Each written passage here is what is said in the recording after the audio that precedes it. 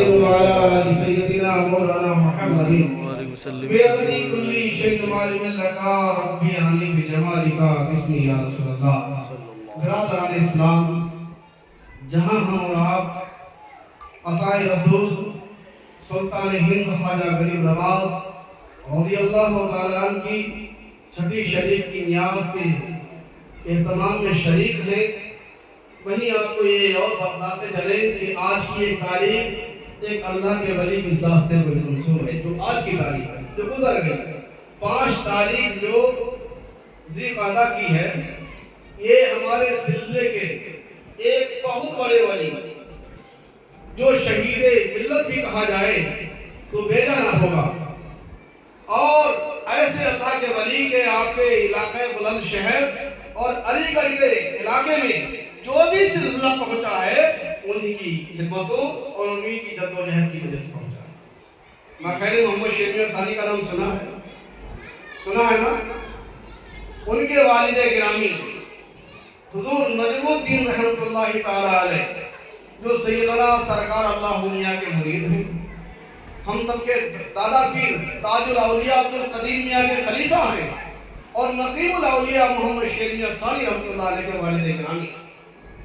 یعنی یہ قطب الاقطاب کے مرید، غوث زماں کے خلیفہ اور قطب دورہ کے والد گرامی ہونے کا جس کو شرف حاصل ہے، جو خود نجم الاولیاء ہے، آج اس کی یادگار کی تاریخ ہے، ان کے گلشن کی تاریخ ہے. اور آپ کو بتاتے چلیں کہ جب 1947 میں بلوا ہوا تھا نا، ہندو مسلم کی کتنی مارکا تھی، اس دوران ان کو شہید کیا گیا تھا.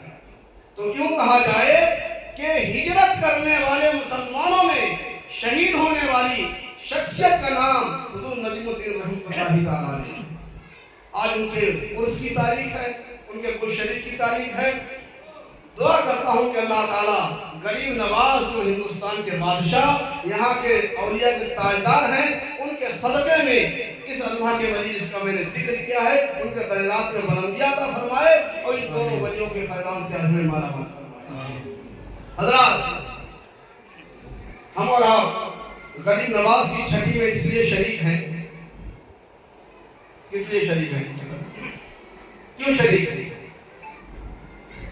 کیا صرف ٹائم پاس کرنے کے لیے؟ نہیں. یا صرف دل بہلانے کے لیے کہ چند نام سن لیں گے دل بہل جائے گا؟ نہیں. اس لیے آئے ہیں تاکہ غریب نواز رضی اللہ تعالیٰ عنہ جو دین لے کر آئے تھے وہ دین کی سمجھ ہم تک پہنچ جائے. اس دین کے کچھ گوشے ہمارے سامنے بیان کیے جائیں اور ان کو ہم اپنی زندگی میں بسا لیں.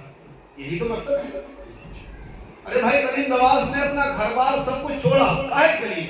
اس لیے کہ لوگ ہمارے مرید ہوں گے، ہمارے ہاتھ چومیں گے، نذرانے دیں گے، اس لیے نہیں.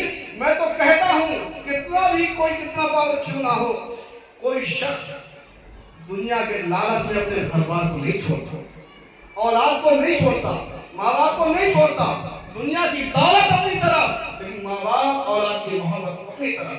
لیکن ہاں، دنیا کی خاطر وہ نہ ماں باپ چھوڑتے ہیں نہ اولاد چھوڑتے ہیں، لیکن دین سے محبت کرنے والے اولاد کو بھی چھوڑتے ہیں، ماں باپ کی چھوڑتے ہیں، وہ سب کچھ چھوڑتے ہیں اللہ کی رضا کے لیے اور سب کچھ قربان کر کے اس کی راہ میں چل پڑتے ہیں. لہذا آج اولیاء اکرام کو ہم کیوں ذکر کرتے ہیں، کیوں یاد کرتے ہیں؟ اس لیے یاد کرتے ہیں کہ جو اللہ کے ولی ہیں یا جو گزرے ہیں، انہوں نے اللہ کی رضا کے لیے اور اللہ کے دین کو ہم تک پہنچانے کے لیے سب کچھ قربان کر کے، نفس کی خواہشات کو ختم کر کے اور تمام مصیبتیں صعوبتیں برداشت کر کے اور اس دین کو ہم تک پہنچایا. جس دین کو ہم صرف ہوا میں اڑا دیتے ہیں، ہم صرف نام عبداللہ رکھ کے دین کے حامی بن جاتے ہیں، عبد الرحمن کہلا کر ہم دین کے علمبردار بننے کی کوشش کرتے ہیں. عزیزان گرامی، اس دین کو پہنچانے کے لیے ہم مصطفیٰ علیہ رحمت سے لے کر کربلا تک اور کربلا سے لے کر اجمیر تک ایک ایسی شخصیت بتا دیں کہ جس نے دین کو ہم تک پہنچانے کے لیے پتھر نہ کھائے ہوں، صعوبتیں برداشت نہ کی ہوں، زخم برداشت نہ کی ہوں، تکلیفیں برداشت نہ کی ہوں. بتاؤ کیا نہیں؟ گھر لٹائے گئے، اولاد قربان کی گئی، سب کچھ نشاور کیا گیا اسی دین کے لیے۔ آپ جانتے ہیں مکہ کے رئیسوں میں حضرت صدیق اکبر کی ذات موجود ہے، فاروق اعظم کا نام موجود ہے، مکہ کے رئیسوں میں عثمان غنی کا نام موجود ہے، لیکن جانتے ہیں اسی دین مدین کی حقانیت کے پرچم کو بلند کرنے کے لیے مکے کی وہ کاشت کی زمینیں، وہ دولت، وہ مکانات، وہ حویلیاں سب کچھ قربان کر دی، سب کچھ چھوڑ کر مکے سے مدینے کے لیے سفر کر۔ سبحان اللہ، اذان ہو رہی ہے۔ اور ارشاد فرمایا ہے محبوب، آپ اپنے امتیوں سے ارشاد فرمائیں کہ اگر تم یہ چاہتے ہو کہ اللہ تم سے محبت کرنے لگے۔ ہر آدمی چاہتا ہے جو ایمان والا ہے کہ اللہ ہم سے محبت کرنے لگے، ہے نا بھائی؟ نہیں چاہتے، بلکہ ہر مومن کا ایمان یہی ہے کہ محبت الہی کے لیے ہی تو ہم جیتے ہیں۔ ہمارا ہر عمل اسی لیے ہوتا ہے کہ اللہ ہم سے راضی ہو جائے، اللہ کی محبت ہمیں مل جائے، اور بلکہ